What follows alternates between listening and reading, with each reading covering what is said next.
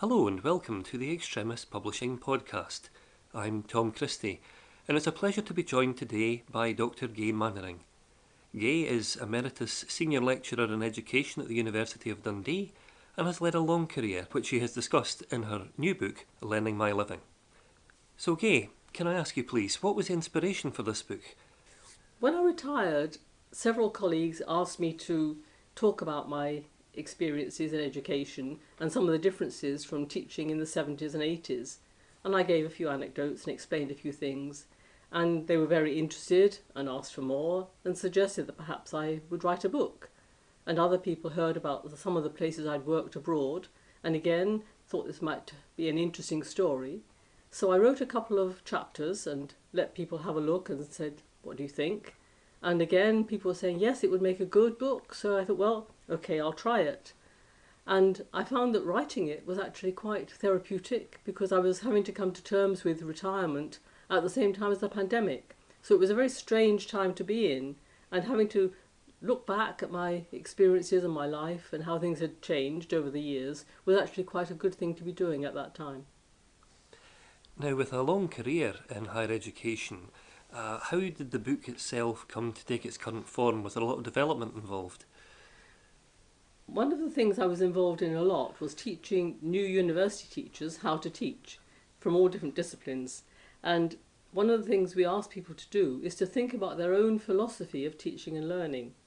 So the idea was to focus the book on my own philosophy of teaching and learning and how that had developed.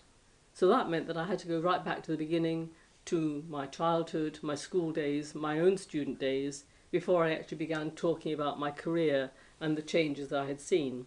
So the first part of the book was really chronological in that sense. But as I worked through it, there were several topics which kept cropping up. So I decided to add some themes at the end to cover things like resilience and well-being and volunteering. So that was the second part of the book. You discuss in the book the many changes that have taken place in the teaching of education over the past few decades, including information technology. What would you say were the main developments that you noted during this period? Of course, the changes in technology are the main ones. When I started teaching, it was overhead projectors and handouts, and now it's all done by computers and online. I've done a lot of work with distance learning students, and the original distance learning courses were with booklets and phone calls. And now, of course, again, it's online with video streaming and interactive discussions. So there have been fantastic differences which have allowed people to engage more from all parts of the world, from all times of day. And that has been a big advantage. And also, of course, you can record things so they can look at them at a later date. Sometimes, though, this speed of communication can have a disadvantage because people fire off an email without realising there are problems with it and without checking it. So sometimes it can be a bit of a disadvantage as well. Another change, I think, has been that there is now much more openness about the procedures, and students now understand the clear criteria and the expectations. I think when I was a student, it was always a bit unknown and you didn't quite know what you're trying to do. So that openness and transparency is really important. And of course, really now there are far more students, and it's really a business. The university is run as a business, so they need to think about students as customers, and they quite rightly demand more. But it means that decisions are made really for financial rather than educational reasons, and the university tends to measure success in the number of students who pass rather than necessarily looking at the details of the student experience, which is what interests the lecturers more. Now, you discuss throughout your book in some detail the challenges of the professional aspects of working in the higher education sector, but in what ways do you feel that students have changed over the years? Do you feel they're facing different challenges now in comparison to when you first started working in the higher education sector? And do you think their expectations are different in any way? I think one difference is that there are now far more students going into higher education. Now it's almost the norm. When I was in school in the 1960s, it was really quite unusual. But now it seems to be the normal thing that people go into university. And I'm not sure it's necessarily the best thing for everybody. Some people would be better suited to go to college and do a trade course. Some people would be better with doing an apprenticeship or by getting a career and having in-house training. And I think really careful advice to students at that stage when they're making the decisions would be probably a really good idea. The other big difference, of course, is about finance. I was lucky to have a grant. Nowadays, students have to have a loan and they build up crippling debts. And they often means that they take on a job as well, so they are not focused on their studies, and that's a real change. But there is one real positive difference, is that now we give courses and advice on study skills and time management, helping students cope with the stresses of studying. And all of that kind of advice is really useful and just was not available 30 years ago. You also mentioned the challenges involved in moving from one campus to another during the course of your career. How difficult was it, do you think, to adapt to meet the requirements of different institutions over the years? I think the really practical difficulty from moving from Dundee College of Education to the main university was simply having to commute. And instead of just nipping around the corner, I had to drive through the city at a busy time and then try to find a parking place. And if you didn't get there early enough, you didn't get a parking place, even though you'd paid hundreds of pounds. So that was a really annoying frustration about it.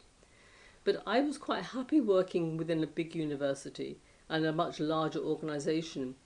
Because I was working across all departments, I was able to integrate quite fully. Many of the colleagues within my school, I think, didn't have that advantage, and they felt perhaps a little bit isolated and within a silo. Is there any particular knowledge or advice that you would give your younger self that would have been useful when you were first starting out in your career? I've had lots of people who've helped me and advised me and supported me over the years, but it would have been nice to have had one person who was a sort of continuing mentor right the way through, rather than having different people and finding different people at each stage. So that would have been really, really useful. The other thing is perhaps I should have had a career plan. I didn't. I tended just to take opportunities when they were offered, but I didn't particularly look for them. But on the other hand, I've had a very interesting and stimulating career, so maybe I was right not to have a career plan. How do you feel the teaching of education is changing, and in what ways do you see it developing over the next few decades? I haven't got a crystal ball, so I'm not going to try to guess, but what I would like to happen is I'd like the students to be more involved in decisions about their own, the way they study and how they study and what they're trying to study and what they're learning, and equally closer links with employers, so that we are providing at the university students who've got the right skills, the right attitudes which are really needed. And so a closer relationship between the university and the employers and the students, these are the three working together in a meaningful way, I think would be a really good idea. And also perhaps a lot less bureaucracy, which really seems to get in the way and really frustrates people. And also much better care for the mental health of students and staff in terms of just dealing with the normal stress, understanding that too much pressure just doesn't actually help. You find that students have 3 different modules and they all have deadlines and assignments at the same time. Staff are working on different teams, and again, they have really busy times all happening at the same time and then loose times. And that kind of restructuring needs to be looked at, because there's just more and more stress, and because of the pandemic, even there, when people were trying to cope with that, the levels of stress was really horrendous. So you've discussed something of the holistic approach necessary to support students. Do you feel there are any particular developments that need to be looked at in order to ensure that students are supported not only in their studies but in terms of the lifestyle change that comes from making that transition from secondary school into higher education? There are lots of transitions which are important, not just from school into university or from work into university, but also going from, say, first year in university into the second year, and then perhaps going into your final year, because there are real differences in the way you need to approach things, and the students need to realise that they need to suddenly go up a gear each year, and that can be quite challenging. But interestingly now, certainly at Dundee, and I'm sure other universities too, we now provide quite a lot of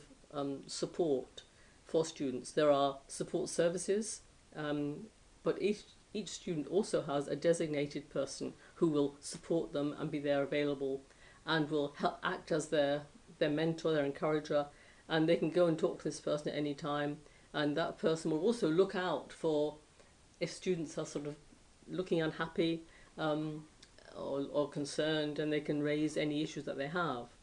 And one of the things when we're encouraging new lecturers is to say, well, just look at your students, and you might be the first people to notice if somebody comes in and is just looking very, very tired or dirty or grubby. And sometimes we find that the students actually have lost money and they can't afford to feed themselves. They may be sleeping rough.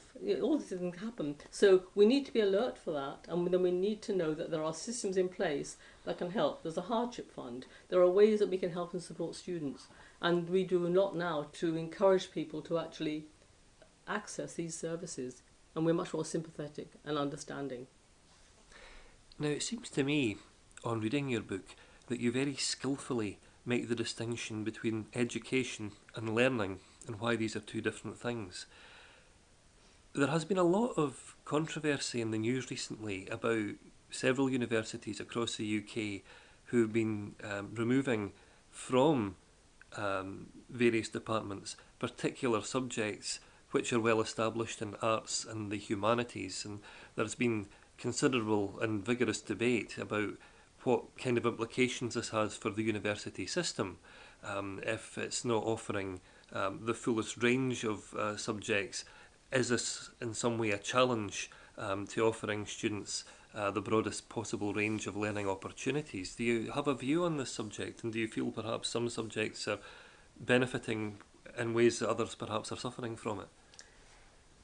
Obviously, things like medicine, law, engineering, there's a clear vocational and career in mind, so that's straightforward. But as you say, subjects like history, art, and so on, are these really necessary? And I can understand why, for financial reasons, sometimes these are cut. But I think the answer is that these subjects actually can provide appropriate skills, but the lecturers and the students need to know how. And so if a student does a module on an arts topic or humanities, they need to be able to say, actually, what I've done within this module is I've learnt how to analyse, I've learnt how to argue, I've learnt how to find things, I've learnt how to present a case, I've learnt how to analyse data. And these are things which are transferable. But we need to highlight these things and say to the students, look at what you've learnt. You can sell this to a future employer. And to make a link from one module to another of the things which are really going to help you, not just about passing that module, but increasing your own competence, your own confidence, and your own skills. Yes, it's interesting you make that point actually, because as an English literature graduate, I've spoken to other graduates who have gone into a variety of different areas, some into journalism, some into marketing, some into librarianship. It's a very, very broad range of different vocations that people are able to go into, perhaps because English literature is one of those great interdisciplinary courses which encourages cross-pollinisation of ideas between one subject area and another. Do you think perhaps in the years to come this is something that's going to pose a challenge to universities? Do you think perhaps there's going to be more room for arts and humanities institutions which are separate from systems that have more of an emphasis on science and technology? I think increasingly it's being driven by money. And the grant money is in science and technology. That's where the hard money is. That's where the universities are going to be forced to go. The reason we have so many international students is because they bring in the money, and they are going to come for courses which are going to be things, science, technology, but also management. These are the areas which are going to bring in the money, and that's what the university is going to be forced to go for, because they are being driven by government initiatives and the grants and the quotas that they have to abide by. I think it's a shame, because when I went to university, okay, I did a science degree, but I learnt so much more. I learnt about art and drama, and it was a real enlightenment for me.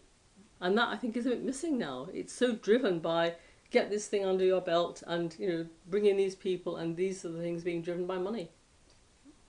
And you know, it's interesting you make that point because it ties in very strongly, I feel, to the closing sections of your book where you talk about self-education and the many different opportunities that there are now to learn new skills and to find out more about different disciplines. Do you feel that because of the internet that this is something that is continuing to develop now, or do you think that there's entirely new opportunities still to come? There is so much happening on the internet, and you can learn so much. There are wonderful courses, and many of them are free.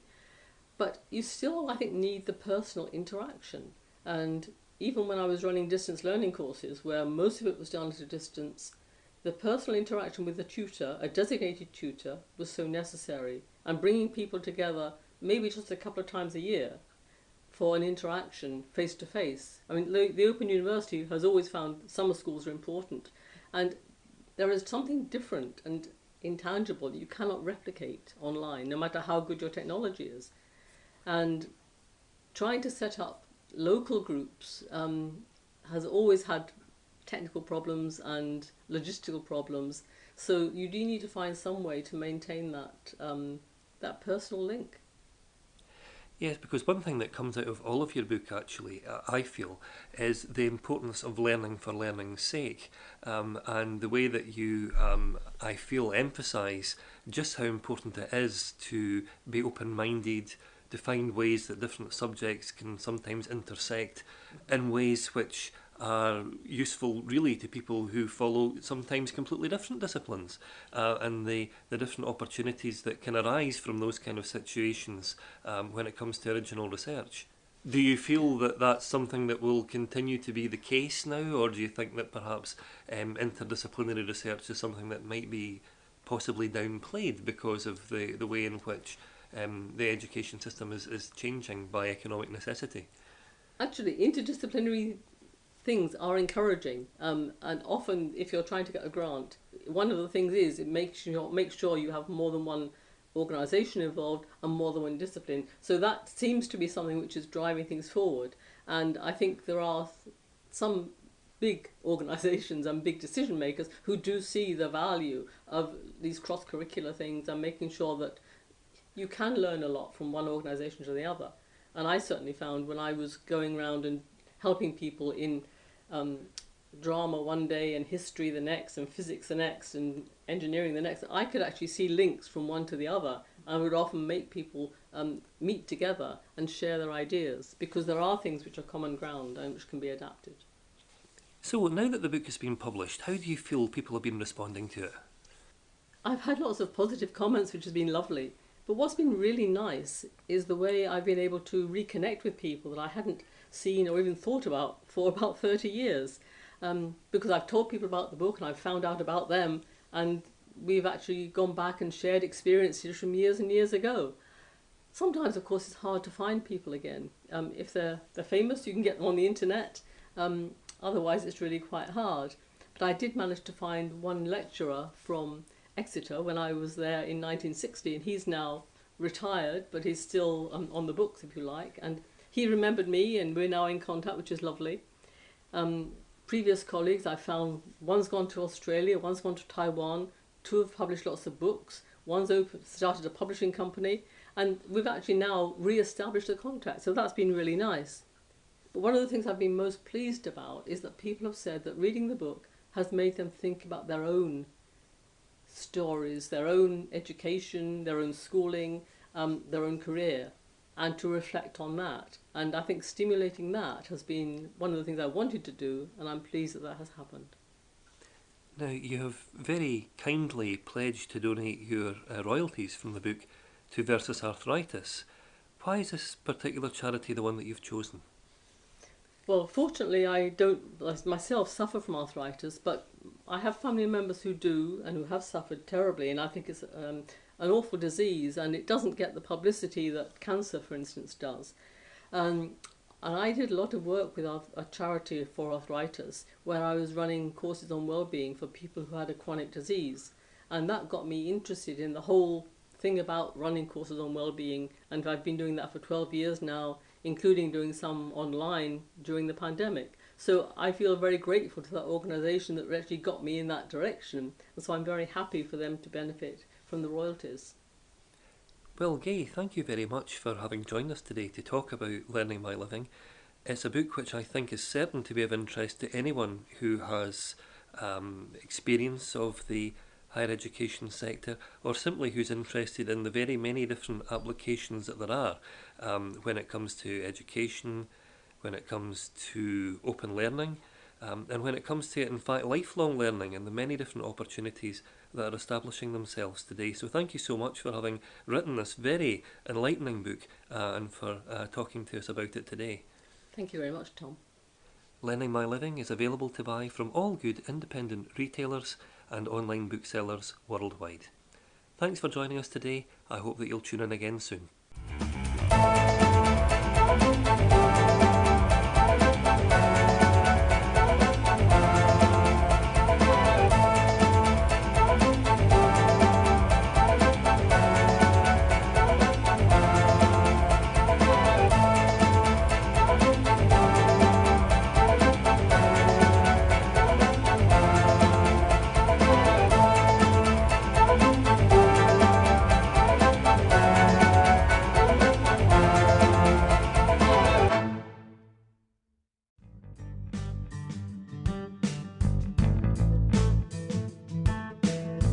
If you would like to find out more about advertising on the Extremist Publishing podcast, please visit their website at www.extremistpublishing.com for details.